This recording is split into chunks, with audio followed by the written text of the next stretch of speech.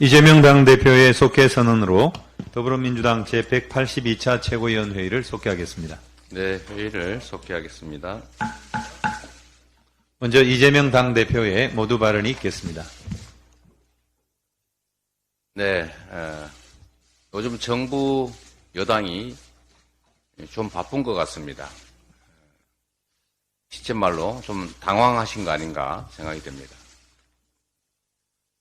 어제는 일회용 컵 사용 규제를 하지 않겠다, 또 완화하겠다 이런 걸로 또 한 소동이 있었습니다. 국정은 진지해야 됩니다. 미래를 바라보고 국민의 삶, 그 다음에 국가 발전에 도움이 되는 것인지를 장기적인 안목에서 치밀하게 검토하고 자신들의 정치적 이익이 아니라 국민 전체를 보고 정책 결정을 해야 된다는 말씀을 드리고 싶습니다. 아무리 배가 고파도 농사 지을 씨앗을 삶아 먹는 농부는 없습니다. 아무리 추워도 초가집 지붕을 뜯어서 모닥불을 떼는 그런 사람들은 없습니다. 지금 우리 사회가 겪고 있는 여러 가지 문제들, 그리고 우리만이 아니라 전 세계가 겪고 있는 많은 문제들을 해결하기 위해서 우리가 어렵지만 장기적인 안목을 가지고 정책들을 만들어 집행합니다. 국민적 합의를 만들어낸 중요한 정책들을 그야말로 포퓰리즘적으로 보변석계 하듯이 뜯어고치는 이런 일들이 최근에 자주 발생합니다. 누구도 이해할 수 없는 서울 확장 정책, 조금씩 확장하다 보면 결국 제주도 빼고 전부 서울 되는 거 아니냐, 이런 비아냥거리는 비난들이 쏟아지지 않습니까?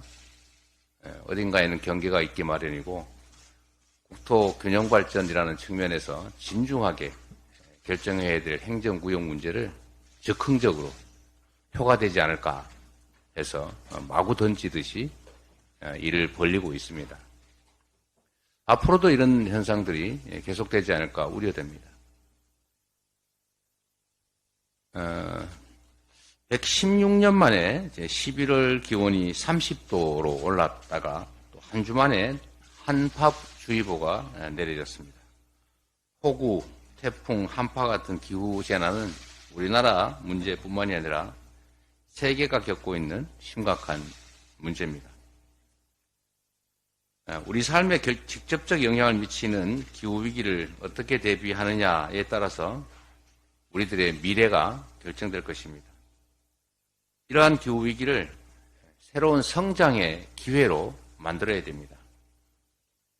그래서 정부의 여당에 지금까지 계속 말씀드렸던 것처럼 기후에너지부 신설을 제안드립니다. 지난번에도 말씀드렸던 것처럼 재생에너지 확대, 탄소 배출량 저감, 신재생에너지 생산 기반 확충의 수단으로서 지능형 송배전망 구축과 같은 과제들이 산적합니다. 아울러 우리 국회도 기후위기 특별위원회 활동이 이달 말로 종료되는 만큼 활동 연장 그리고 상설화를 검토해야 될 것 같습니다. 미국의 바이든 행정부는 에너지 안보 그리고 기후변화 대응을 위해서 IRA법을 도입했습니다. 프랑스 또한 이에 대응해서 탄소 배출량을 기준으로 보조금을 지급하는 탄소 녹색 산업법을 도입했습니다. 우리가 무엇을 해야 하는지는 분명합니다. 민주당은 기후 선진국에 휘둘리지 않고 그리고 앞으로 이 기후위기를 기회로 만들기 위한 적극적인 노력을 해 나가겠다는 말씀을 드립니다.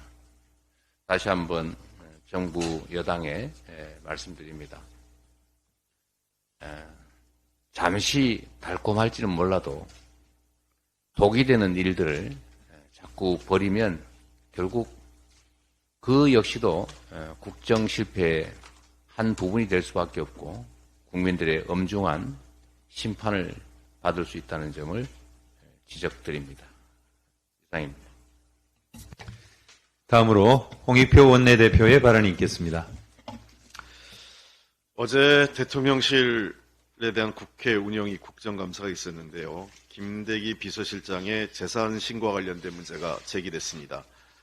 김대기 비서실장이 28억에 달하는 거액의 재산을 누락해 신고했는데 이에 대한 질의에 공직자윤리법과 개인정보를 이유로 증언을 거부했습니다.